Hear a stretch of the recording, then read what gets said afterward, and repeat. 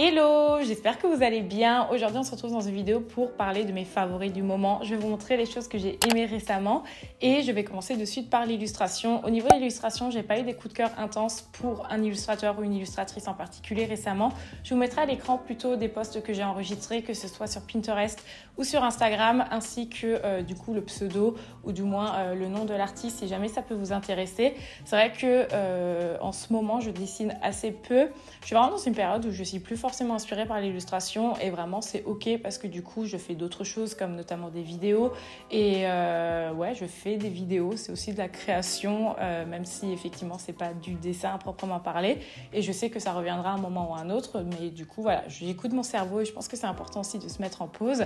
Toujours encore dans l'illustration, lorsque je suis allée à Barcelone, je suis passée dans cette boutique qui s'appelle A-Shop qui était vraiment bien trop cool. Si jamais vous êtes là-bas, je vous recommande d'aller dans cette boutique. Ils font plein de prints, ils font plein de produits divers et variés. Il y a un petit peu de papeterie, mais c'est principalement des objets de décoration. Et j'ai trouvé ce print ici que je trouve vraiment trop joli. À la base, je voulais le prendre dans un plus grand format. Mais étant donné que ça aurait été un petit peu dangereux, on va dire, au moment du retour et que je voulais pas que ça s'abîme, j'ai pris ce format ici et je le trouve vraiment trop chouette. Il faut juste que je lui achète un cadre et après je pourrais le mettre en avant dans ma chambre. Je voulais aussi vous montrer ces deux prints que j'ai achetés dans une boutique ici à Berlin qui s'appelle, alors j'arrive jamais à me souvenir si c'est Curiosities, un truc dans ce genre. En tout cas, c'est une boutique à Neukölln où ils font des posters. Et d'ailleurs, ils font eux-mêmes de l'impression aussi. C'est-à-dire que si jamais tu as fait une illustration et que tu as envie de l'imprimer là-bas, tu peux passer par leur service. Alors, il me semble pas qu'ils font de l'impression en gros. Mais en tout cas, ils ont des papiers qui sont vraiment hyper intéressants. Et surtout, ils ont même des sortes de... je sais pas, c'est une sorte de toile en fait qui est un petit peu tramée et qui peut être... et qui peut vraiment mettre en valeur vos illustrations. Du coup, si c'est quelque chose qui vous intéresse, je vous mets toutes les coordonnées. Qu'est-ce que je peux vous montrer d'autre? Oui, toujours encore sur Berlin, je vous en avais parlé dans un de mes TikTok ou Reel. Je suis allée dans un café qui est spécialisé dans le matcha, où effectivement les matchas sont vraiment très bons, mais je voulais vous parler de la DA que je trouve absolument incroyable. Je crois que j'en avais déjà parlé dans une de mes vidéos, mais j'aime particulièrement lorsqu'un établissement, comme par exemple un café ou un restaurant, pousse vraiment le jeu jusqu'au bout et effectivement crée toute une identité visuelle autour du lieu. Là, je trouve cet endroit absolument génial. Il y a également, tu sais, des petits fascicules que tu peux récupérer. Toujours encore dans tout ce qui est un petit peu DA au niveau du café. Il y a plusieurs mois de ça, j'avais acheté un t-shirt dans ce café qui malheureusement a fermé à Berlin. Et je voulais vous le partager parce que je le trouve vraiment hyper joli. L'illustratrice qui a réalisé cette illustration, je vous mets son compte Instagram ici. Et une fois de plus, je trouve ça hyper intéressant lorsque un café propose des produits dérivés qui sont vraiment travaillés et qui ne sont pas seulement le logo de l'endroit, mais où il y a vraiment plusieurs personnes qui ont bossé dessus et qui ont vraiment créé toute une identité visuelle. Du coup, voilà pour la partie illustration. Maintenant, on va passer à la catégorie des livres. Ce mois-ci, j'ai différentes choses à vous montrer. Tout d'abord, j'ai mes amis. Est-ce que ce sont mes amis? Est-ce que ce sont ma famille? Est-ce que ce sont mes meilleurs amis? Je ne sais pas. Ce sont les personnes avec qui je passe 90% de mon temps ici à Berlin qui m'ont offert ce livre pour mon anniversaire qui est vraiment bien trop cool. C'est un livre sur le travail de Camille Walala, vraiment très drôle son nom, qui travaille avec des formes et qui a un travail qui est extrêmement coloré et très graphique. Si vous ne connaissez pas ce qu'elle fait, je vous invite à aller voir. Et du coup, le livre est absolument magnifique et je trouve ça toujours hyper inspirant que d'avoir ce type d'ouvrage. D'ailleurs, fun fact, vraiment, j'étais en mode, avant d'arriver à Berlin, j'étais là, ouais, vraiment, c'est bon, là, je vais être minimaliste. Comme ça, à tout moment de ma vie, je peux repartir. Je peux juste mettre mes affaires dans une valise et je peux recommencer quelque part. J'ai dit exactement la même chose il y a 5 ans quand j'étais en Australie. Là, j'ai dit exactement la même chose et j'ai beaucoup trop d'affaires déjà, ce qui fait que on n'est pas trop dans cette démarche au final. Toujours encore dans les livres d'art, ma copine Julie avait partagé sur Instagram le fait qu'elle avait acheté le bouquin de Playground Paris qui est un studio de design graphique et ils ont fait, enfin je dis ils ont, mais elle m'a dit qu'apparemment il y avait seulement une personne dedans. Il a fait une rétrospective des dernières années de son travail et je trouve le bouquin absolument magnifique. Il est sur ma wishlist. Je ne sais pas du tout quand sortira cette vidéo, il se peut que ce soit en rupture de stock.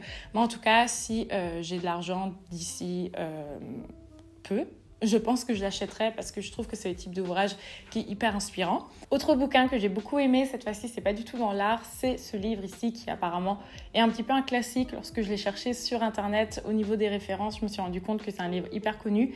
C'est le livre Stasiland qui du coup retrace des témoignages de personnes qui ont vécu sous le mur et notamment en Allemagne de l'Est. Je le trouve hyper intéressant. Il y a énormément de témoignages divers et variés de personnes. Et pour moi, je pense un de mes témoignages qui m'a le plus intéressée, qui m'a le plus interpellée, c'est une jeune fille qui a décidé de traverser le mur. Et en fait, elle a réussi à traverser un petit peu toutes les étapes. Et tu lis ce truc et tu te dis, mais c'est pas possible qu'elle a réussi à passer ça. Elle a réussi à le faire. Puis après, elle passe à l'étape suivante, etc., etc., etc.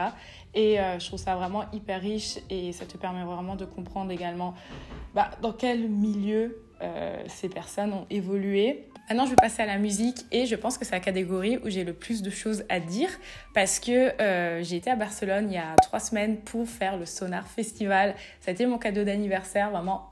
Merci, trop cool comme cadeau d'anniversaire. Franchement, offrir des places pour un festival, c'est vraiment trop cool.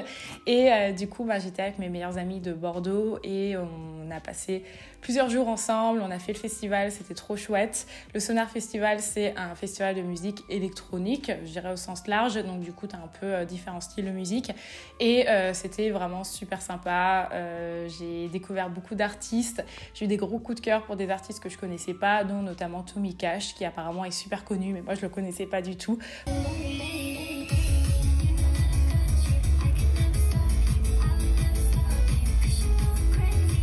Sinon, il y a eu plein de DJ sets que j'ai adoré. Je pense que mon jour préféré, ça a été du coup le samedi où du coup j'ai vraiment vu différents types d'artistes et vers la fin de la nuit, c'était un petit peu plus vraiment de la techno en fait. Et c'était vraiment trop cool, vraiment c'était trop chouette.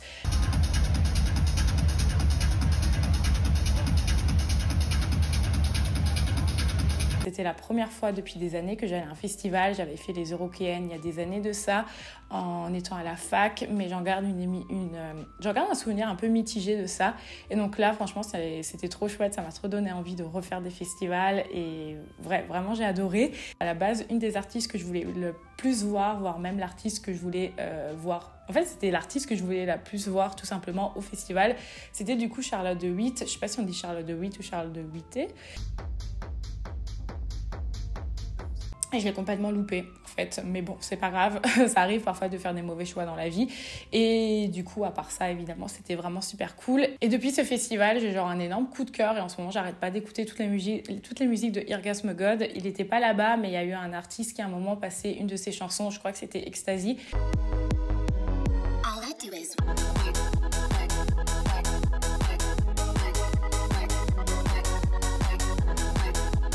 Puis j'écoute énormément de ses sons et mon son préféré en ce moment c'est celui-ci.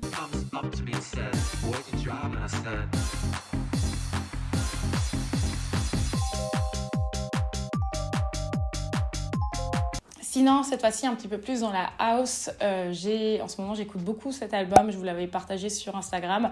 Je vous recommande de l'écouter, non pas en aléatoire, mais vraiment une chanson les unes après les autres, parce que du coup, les chansons se transitionnent l'une à l'autre. Si vous aimez la house, franchement, c'est un truc qui s'écoute hyper facilement. Et je pense que ça pourrait vous plaire.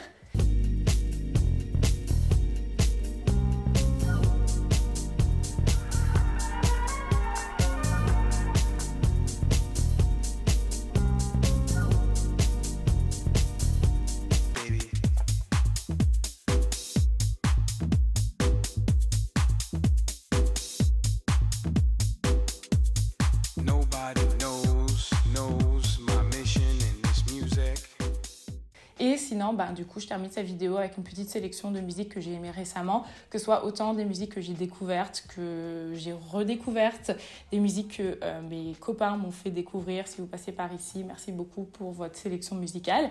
Et n'hésitez pas à aller voir mon Spotify, mon pseudo c'est Ectomorph. D'ailleurs, il y a 3 playlists dessus. Il y a une playlist techno, il y a une playlist...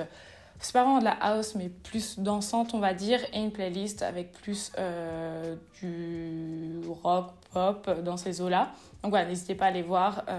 Normalement, il y a peut-être des sons que vous apprécierez.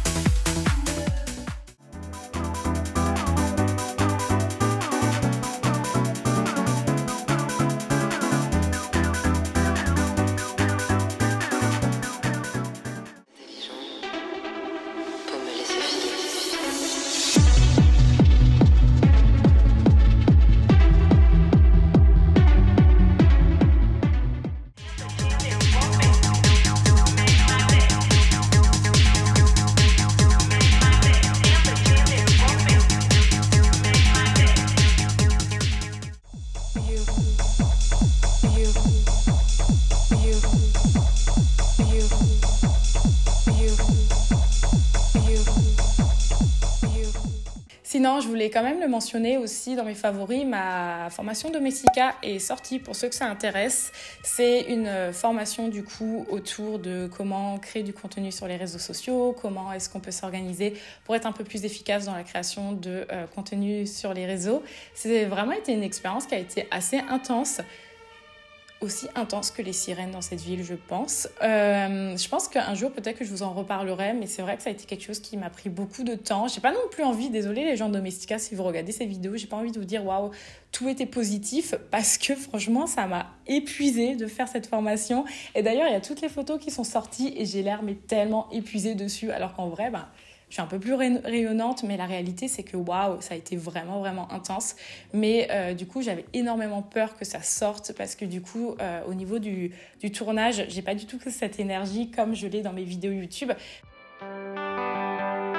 Bonjour, je m'appelle Louisa Schwartz et en publiant mes dessins sur Internet, j'ai découvert ce qu'était la création de contenu et l'influence. Je veux partager, inspirer, mais surtout aider les autres à se lancer en tant que freelance. Parce qu'il fallait garder une sorte de monotonie par rapport à son ton par rapport à la tonalité de sa voix. Et surtout, c'était hyper impressionnant d'être sur un tournage avec des gens qui te regardent parler. Là, je parle seule.